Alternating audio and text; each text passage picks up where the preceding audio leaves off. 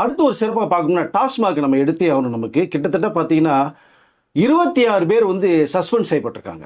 குறிப்பாக வந்து இவர்கள் ஏன்னா சொல்லி நீங்கள் சொன்ன டயத்துக்கு மீறுறது, பிளாக்ல விற்கிறது, இந்த நிறையா சம்பவம் நடக்கும்போது சொல்லி பார்த்தாங்க, டக்குன்னு உடனே நடவடிக்கை பண்ண சொல்ல 26 பேர் சஸ்பெண்ட் சம்பவம் இருக்குது நமக்கு தான். ஏன்னா இந்த ஒரு போதைங்கிறது முக்கியமாக ஒழிக்கப்படணுங்கிறது தான் தமிழக அமைச்சருடைய முக்கியமான ஒரு எண்ணம். அதன் அடிப்படையில் தான் நிறையா குறைச்சிட்டு வராங்க. திருச்சியில் பேசும்போது கூட 700 மேல் கூட மூடப்பட்ட விஷயத்தை சொன்னாங்க. ஏன்னா இங்கே பிளாக்ல விற்கப்படு 10 மணிக்கு மேலே நிறைய 12 மணி வரைக்குமே கடையை திறந்து அந்த பார்ல விற்கப்படுகிற ஒரு விஷயம் தெரியுது. இதற்கு பிறகு பார்த்தீங்கன்னா இந்த மணமகிழ் மன்றம்ன்ற ஒரு இடத்துல தான் இந்த பாட்டிலுக்கு 20 ரூபா அப்படின்னு விற்கப்பட்ட சம்பவத்தில் அதையும் வந்து இப்போ எதுவுமே இல்லைங்கிற அளவுக்கு முடிச்சுட்டாங்க.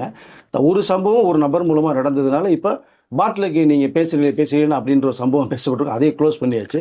இப்போ நிறைய நீங்கள் டாஸ்மாக் கடையிலையும் எலைட் பார்லையும் இப்போ கேட்டிங்க அப்படின்னா முன்னெல்லாம் 10 ரூபா 20 ரூபா வந்து எக்ஸ்ட்ரா வாங்கி கொண்டிருந்தவர்கள் அப்போ என்ன சொல்லுவாங்க, நான் 20 தர முடியாதுண்ணா, பாட்டில் கிடையாது வச்சு நீ பாட்டு போயிட்டே இருன்னு வந்து ரொம்ப கராராக பேசினவர்கள் இருக்காங்க.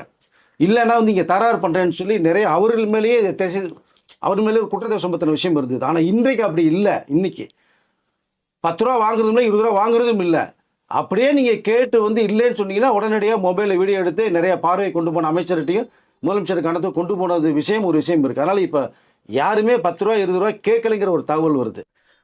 இது ரொம்ப சிறப்பாக பார்க்குறேன். இது போக போக போக இன்னும் நிறைய இடங்களில் இது வந்து இந்த 10 ரூபாய்ன்றது முற்றிலுமாக ஒழிக்கப்படும். ஸோ இது முக்கியமாக சொல்லிக்கலாம். இன்னும் மேற்கொண்டு நிறைய கடைகள் வந்து இதை மூட பண்ண வாய்ப்புகள் நிறைய இருக்குது. இப்போவே நிறைய மக்கள் மத்தியில் ஒரு ஆதரவு இருக்குது.